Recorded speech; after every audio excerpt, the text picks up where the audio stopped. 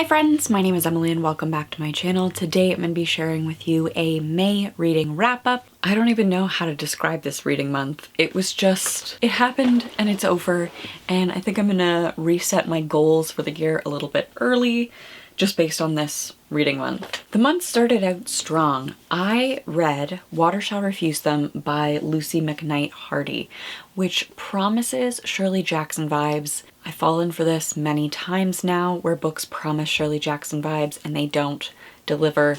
This one does.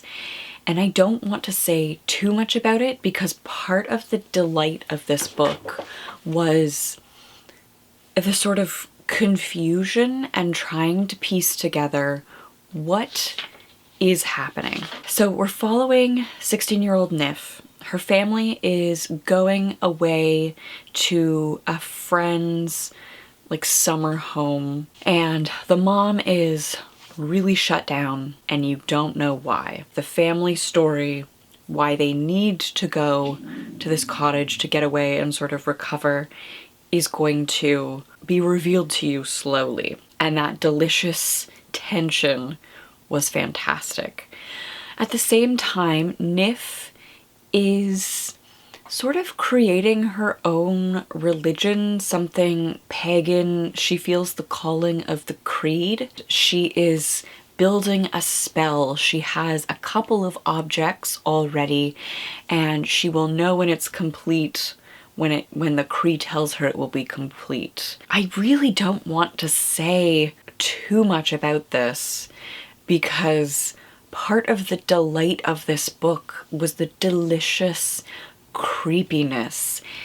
Going to a small town during a drought, the weight of the heat, the unsaid things happening in the family, in the community, being outsiders in this small town community for a summer. If you love Shirley Jackson's writing, this, I feel like, truly delivers in a way that nothing else has. If you have read this, I would love to hear your thoughts on it. So if you're down for Shirley Jackson vibes, like creepy, small town, witchcraft, pagan rituals, family drama, Water Shall Refuse Them could be a fantastic read for you. I gave this 5 out of 5 stars. I finished it on the first day in May, and this came from my TBR. Then I picked up Wetlands by Charlotte Roche. This is the HKHS Banned Book Club book. I believe they're talking about it next week. They were recommended this by a viewer, and in the last episode they talked about how this is going to be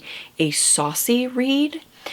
This is a vile read. This is a physically uncomfortable read. So our character Helen is in the hospital because she cut her hemorrhoids, her prolapsed hemorrhoids, shaving, and they take one look at this cauliflower hanging out of her butt and they're like, oh no, we need to remove that. This is too infected. We have to cut out the infected tissue in your butthole and we'll take your massive cauliflower-esque hemorrhoids out while we're at it. There is a lot of leaking of fluids.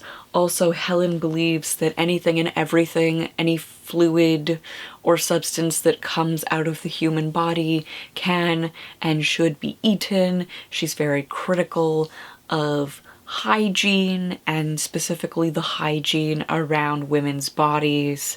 The critique of the grooming of women's bodies to weird standards I can get behind, but on the other hand, Helen is absolutely vile, and I would worry about any human that does the things that she does.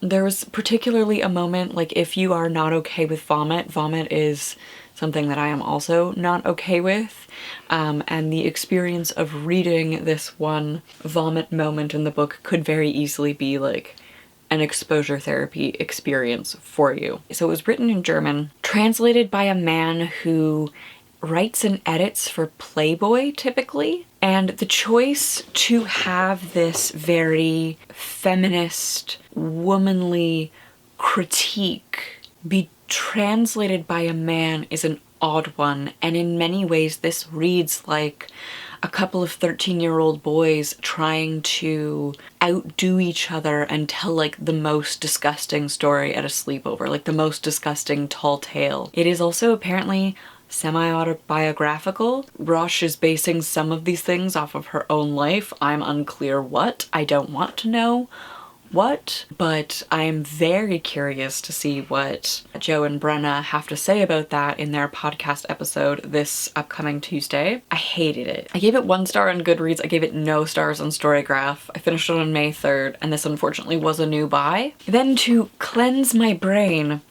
I read Heartstopper Volume 3 by Alice Oseman. If you haven't seen all of the cute hype around this, the Netflix adaptation has come out recently. It is beautiful, like the sort of fantasy To All the Boys I've Loved Before, warm, fuzzy teen vibes, but for queer folks, in the way that we have a lot of teen media have these like very fantasy, over-the-top beautiful romances. We have that with queer folks, with Nick and Charlie, and I decided to continue on with the graphic novels. I had read the first 2 previously. I wanted more from the show and I wanted something to cleanse my brain out. So Heartstopper Volume 3 is Nick and Charlie taking a trip to Paris, a class trip to Paris, and it is adorable. And I don't want to say too much because obviously this is the 3rd in a series, but if you are looking for queer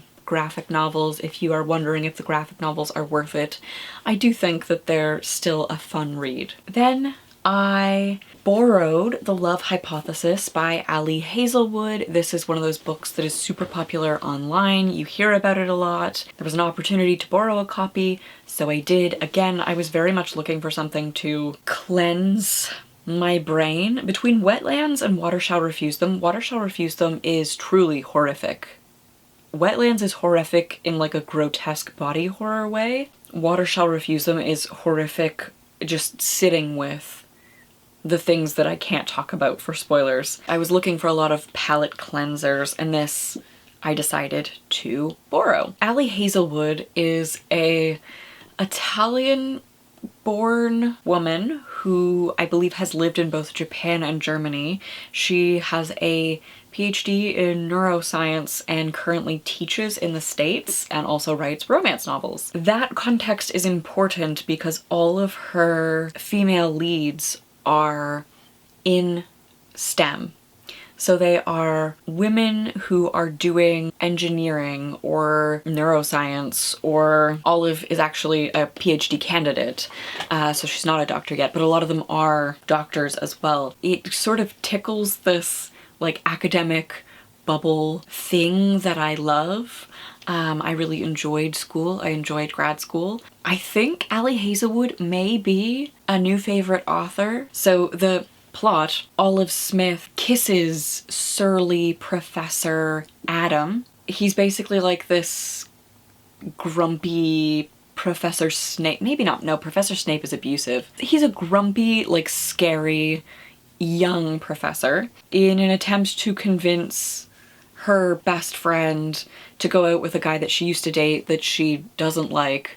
She wants that relationship to happen. She just grabs the first guy she sees when she sees them coming and kisses him, and it happens to be the professor, and it's a fake dating situation. It was just fun. The academic conference was fun. The relationship was fun. Before this, my steps into romance have been Bridgerton, which is like a well-known hot mess in terms of like consent and toxic men. Tessa Bailey is also super popular, and I picked her up, and the men there are also, they tend to be a bundle of red flags. Like they're very possessive, very controlling. Like if you had a friend who was dating somebody like the men in Tessa Bailey's works, you would tell them to run. Nobody should be that possessive of you. Is it bad that I liked this? That the bar is so low that we just have a healthy relationship? I'm sure that other healthy relationships exist in romance. Like a non-bundle of red flags romantic lead was just so refreshing after the other things that I have picked up. And it probably is just that I'm not very well versed in romance, so I pick up what's popular, and what is popular is maybe not what I enjoy. This I finished on May 14th. I gave 5 out of 5 stars, and it resulted in me getting on library holds list for quite a few of her other works. I have now read all but one, I think. Then I wrapped up Heartstopper with volume 4. Again, I can't say much about this because it is the 4th one. This one I feel like is getting a little bit more serious. Both boys are out to their schoolmates. Charlie has a lot of mental health issues that he's now dealing with. So it's about like a supportive, healthy relationship. I gave this 5 out of 5 stars. I don't know if I mentioned that I gave the other Heartstopper novel 5 out of 5 stars. I loved them both. This I finished on May 15th. Then just to wrap up everything Alice Oseman, so I will have now read everything that she has written. I had the Nick and Charlie novella kicking around.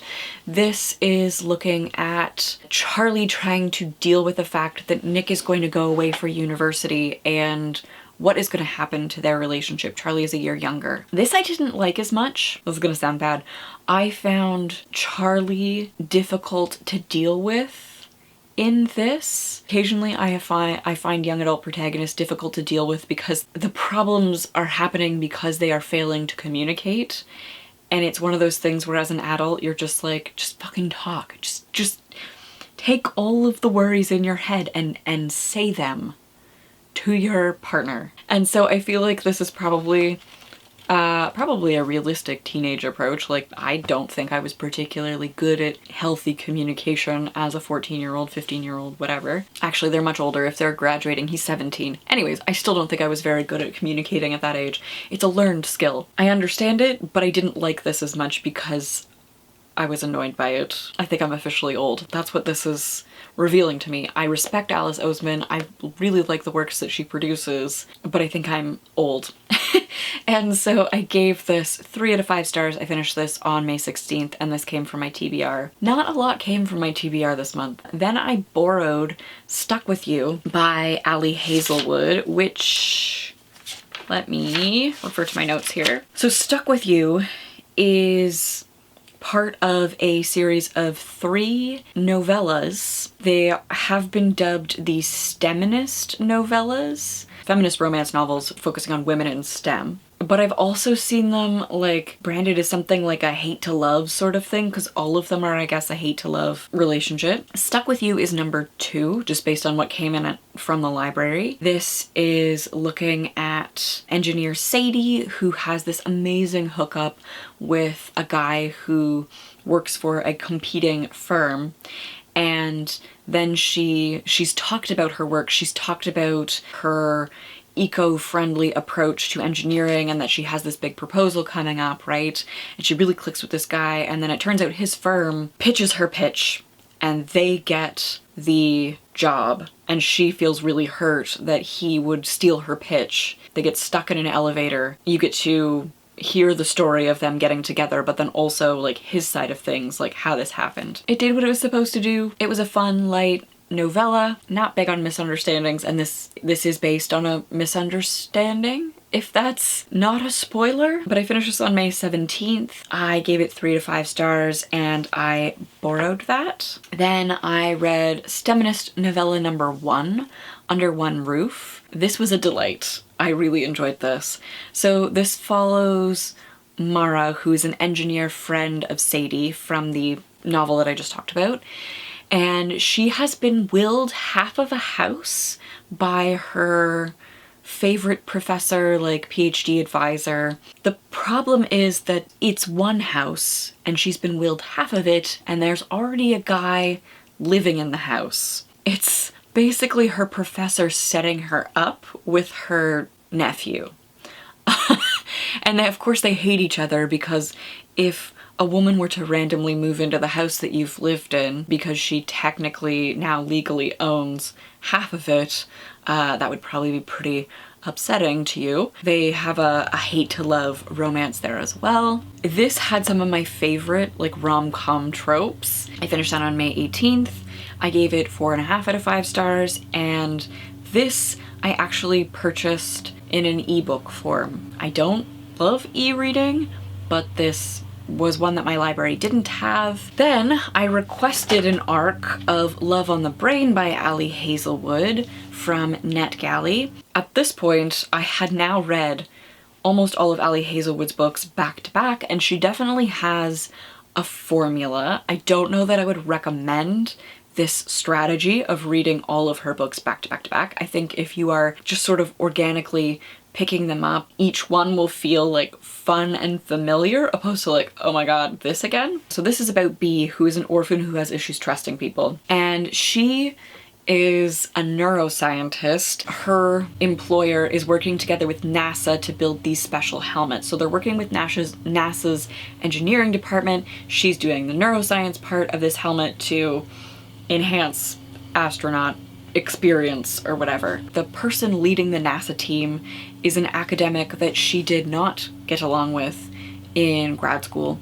And they are butting heads to work together. What I really appreciated about this book, despite the fact that it very much follows Ali Hazelwood's formula for writing a romance, is that Bee's narrative voice felt fresh. It felt very unique. Just the narrative voice was great, and it was different from the other narrative voices that I had just read. In reading this many Ali Hazelwood books back to back, there's very much a formula to it, and I realize like I have studied romance lit a little bit, and there are studies that look at romance readers and they become very author loyal because they look for that familiarity.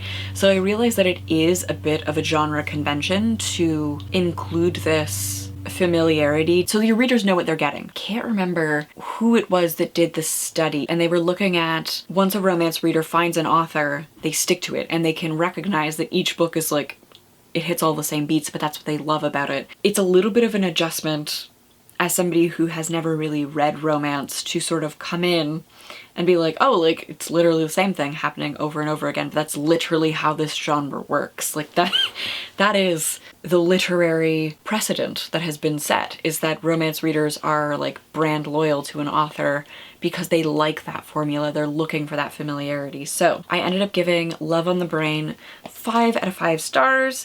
It was an arc. So I guess that counts as a new buy for me, because if it's an arc, it's taking the place of something from my TBR, right? I finished that on May 19th. I'm excited. I'm excited to now wait for the next Ali Hazelwood book to come out and maybe experience some of that romance reader anticipation of a familiar story. I didn't think I would ever do this, but I'm doing it.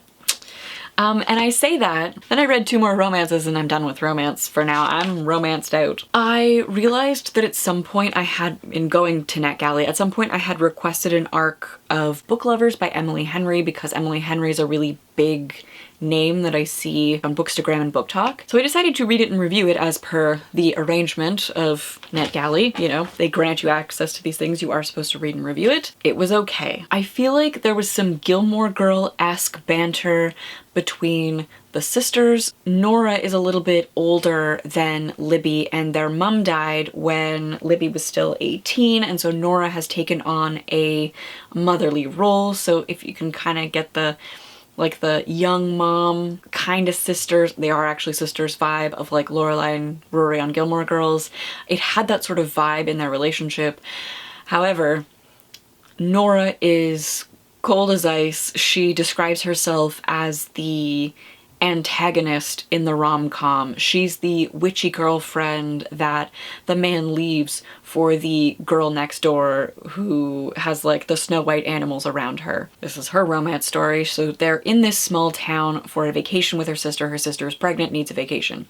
So they go on vacation to this shitty small town, and she happens to find a coworker in the book publishing space that she hates because he rejected her client's most successful book. Now they're sort of drawn together as outsiders in this small town. Like everybody else is like, ooh, farming and lumber and I don't know, bad puns. They're like these two big city folk who genuinely miss like the hustle and bustle of New York, and so of course they have that connection in this small town. I felt like there was too much going on in this book with the family trauma of losing their mom young, of having this weird not sisters relationship that Nora is constantly trying to be a mother to her sister, the weirdness of the secret. Libby has a secret, and like it's put a barrier between her and Nora, and like, oh, they're trying to save a business. Charlie's family like hates him because he's the odd one. He didn't want to stay in the small town. He wanted to go to the, like, there's just too much. I finished it on May 22nd only because I had requested this for review. I rated it 2 out of 5 stars, and it was an ARC, so it counts as a new book for me. I said I was done with Bridgerton, but I forgot that I had requested The Viscount Who Loved Me in addition to Penelope's story, and I needed something to listen to while doing some cleanup tasks at work before I took a week vacation, so I listened to The Viscount That Loved Me. I hated it. Like, I'm debating canceling my hold on Penelope and Colin's story. Like, Anthony and Cait, what can I say? I think the show did it better. I hated it. It was a thing that exists, and I hated it. It was too long, and it was weirdly paced. Like, in the middle of the book, Anthony watches Cait get stung by a bee, and he has this freak out because his dad was stung by a bee and died. So he like rips her dress off in public and like starts to suck the bee venom out, and she's like, dude, I'm fine, like stop fucking touching me. This is inappropriate. People witness them and then they have to get married. He doesn't listen. And that was in the middle of the book. And then the rest of the book is their like awkward marriage. You're like, cool, the narrative tension is gone. Thank you. Netflix did it much better, pacing that out differently. I gave that 1 out of 5 stars. I finished it on May 23rd. I borrowed it, thank God. I think I need some sad ladies, some horror, some apocalypse, anything else. I wrapped up the month with reading Firestarter by Stephen King for the Red Rum Book Club. This is a patron exclusive book club. This is not a great book, okay? It's weirdly racist. The antagonist of this book is a Native American man named John Rainbird, who is the only character of color in this book, and he grooms a white child playing into this harmful stereotype of Indigenous men preying on and being dangerous to white women. As I said in the live stream for it, the cherry on top of this otherwise shit sundae is that Charlie is a woman with power who we can compare to Carrie in their narrative arcs, and Charlie subverts a well-established narrative pattern of women with power either giving up their power in exchange for domesticity, to perform the roles of women, lover, wife, mother, or dying. Charlie does neither. This is a very middle-of-the-road book. The racism made it really difficult to get into and to enjoy. Like, it was much more fun to discuss and to put notes together for the discussion than it was to actually read it. If you look at where my post-it notes stop, I stopped physically reading the book at a certain point because I just couldn't make myself do it anymore. And then I listened to the audiobook. Not my favorite. A lot of problems with this. So I finished that on May 26th. I gave it 3 out of 5 stars, but honestly I think it should be a 2 out of 5 stars book. Like, a 3 out of 5 stars is still good. I think a 2 out of 5 stars is like, yeah, in hindsight, I didn't enjoy this. We'll just quickly wrap up my stats here. So I read 12 books this month. 5 out of 12 were new buys. 3 out of 12 were borrows. 2 out of 12 were advanced reader copies, so going towards new instead of TBR.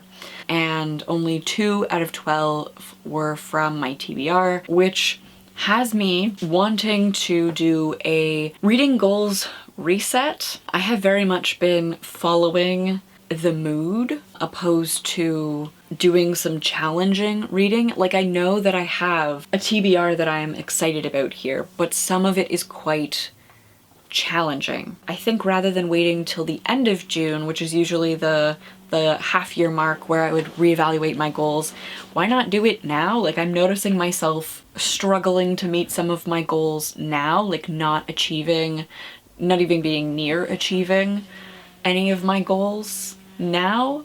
Thank you all so much for watching. If you have read any of these books, I would love to hear from you. I am romanced out, so I'm thinking of dipping into some horror. I have 2 like sad lady novels. One sounds like there's a cult involved. Before we go, we have to thank my patrons who make videos like this possible. The voting patrons choose our small book club book.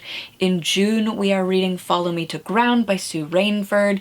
This, I don't want to know too much about going into, but there are creepy, feminist, fairy tale vibes from what I've gathered. The back even says you don't want to go into it knowing too much. A moody fairy tale where a young woman's liberation is the main intriguing attraction. If that sounds interesting to you, please join me. There will be a live stream for this on Monday, June 27th at 7:30 p.m. EST. We're gonna try a weeknight, see how that does in terms of participation. I hope you are all doing well, that you are staying safe, and I will see you soon with another video. Bye!